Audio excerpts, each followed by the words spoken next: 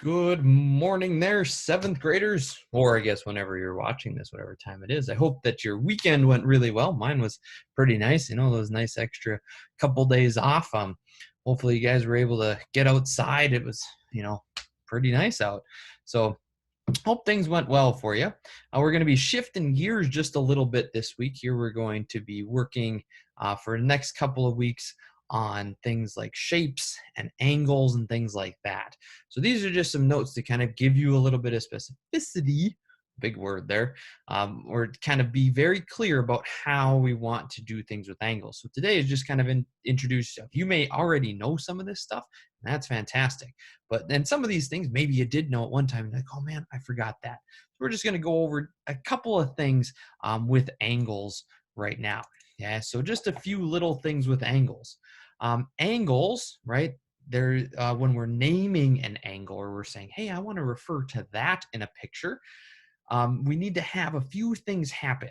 Okay, we need to use 3 points, or sometimes we call them letters, but points are 3 locations. So like here I have 3 locations have to be used to make up an angle. Okay, so like here I could call this BMH or HMB, and the letters should and kind of have to always be capitalized. We can't use lowercase letters. That's kind of a math thing. Okay, lowercase letters are used for something else. So capital letters represent points, and then that makes an angle. So we got to use capital letters as well. So you got to be careful on that one. And thirdly, the letters have to go in order. Yeah, they have to go kind of in order that you would trace the angle. And so you can always have 2 different answers for whenever you're giving an angle. So here, either one of these is absolutely correct. You could call this, we could trace from B to M over to H. So that's one option. Or you could reverse that, H over to M, then back up to B. And either one of those is perfectly fine when you're naming an angle. But things you can't do, notice this is out of order. This would say to go from M over to B and then to H. If I tried to trace that in order, M to B to H, oh, that doesn't actually make that shape, right? Same here. B to H to M does not make the shape that it's shown. So they have to be in order. And then this one would technically be wrong because it's used some lowercase letters. Can't use lowercase letters, have to use capital letters. And then this symbol in front here just means angle. That's all that symbol means. And I get when you guys are doing things on there, you don't have that on your computer to type out that symbol there. That's okay. I'm not too worried about that. But I want you to know that when you see that symbol, that's all it means, is it's just meaning, hey, we're looking at an angle. That's all that tells you. Couple other things about angles. Okay, some stuff, again, you guys might know these things already. There are 4 types of angles. Usually we think about 3 types, but actually there's 4, right? There's a right angle. Most people know that one. That means it's at 90 degrees. There are lots of things that are built at right angles. Most like buildings and doors and walls and all kinds of things are a lot of times made at right angles because they stand up really, really nicely. That means they're at 90 degrees perfectly. And oftentimes when we put down a right angle, we make that with a little square inside of there. Yeah, so that means it's at a right angle. If it has a curved line, it means it's not a right angle. So something that is acute, that is something that is smaller than 90 degrees. That's what that is. If it is obtuse, that means it's bigger than 90 degrees there. And then the fourth one that we don't usually talk about, that's called a straight angle. And that's actually 180 degrees. It's a perfectly straight line, which is why it's called a straight angle. We don't usually use that one too much, but it's still there. So we kind of, have to make mention of it. And then the last thing we're going to go over here a little bit today is how we measure angles. How do we actually know how big an angle is? Well, what we do is we use what's called a protractor, and that's this big complicated looking thing. But there are a few steps to using that, right? Step number 1 is we would always put the vertex on the corner. Okay, so I'd always put the vertex on the corner. So a vertex is this corner spot. Yeah, that's the vertex.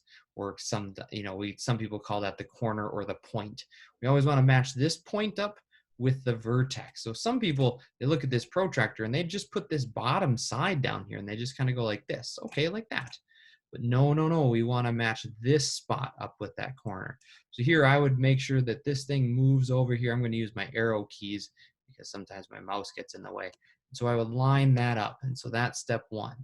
Okay, the next thing is we would line up at least one of the sides. This side's lined up with the 0 or, to 180, right? Wherever this connects to. That's where we would line that up. And then the last thing is we would read off the number, whatever that would be. So in this case here, some people look at this and say, oh boy, there's two options, either 50 or 130. And I'd say, oh man, which one do we use? Well, the key that we do is we always should start counting from 0. So if I look at my two options down here, this is the spot I connected to. I have to start with 0 and then count up 0, 10, 20, 30, 40, 50. Now, this, if I use this underside one, these bottom numbers, that would count to 130. Okay. But I would have had to start with 180 degrees, which is not quite right. We want to start with 0 and then go around. So that's how we use that. We always start from 0 and then move around. Okay? And the nice thing about that with a protractor is that you can measure in either direction. So this one, we use the top numbers. I'm going to go down here. And again, I'm going to take this thing and we're going to line it up on here. Okay, so I got to line up my point. There it is. It's on the vertex. Now we used it where we lined up this side. You can actually technically, I'm going to turn this thing around a little bit and kind of use it almost upside down. I'll move that a little bit there. And we'll get that thing kind of lined up. Let me move this around a little. And what we can find is, there we go. I can put this on the point and I can actually line up this side with 180 and 0. And that's perfectly fine. Because notice here, when I go to read these, now again, I'd start at 0. So now I have to use this inside tract. So here I've got to go from 0 to 10, 20, 30, 40, 50. So it's still at 50 degrees right here. It's 50 either way. It just depends on where we want to look at that. So you always start from 0 and go around. So that's kind of the basics with some of those angles there. You guys have a few other questions that you can hop onto that Google Forms and answer those, just to make sure that you were going through the stuff, look through the notes and have that stuff down. And then tomorrow I'll put some protractor stuff on there so you guys can use those. So if you guys have any questions, send them my way and let me know. I'll see you tomorrow.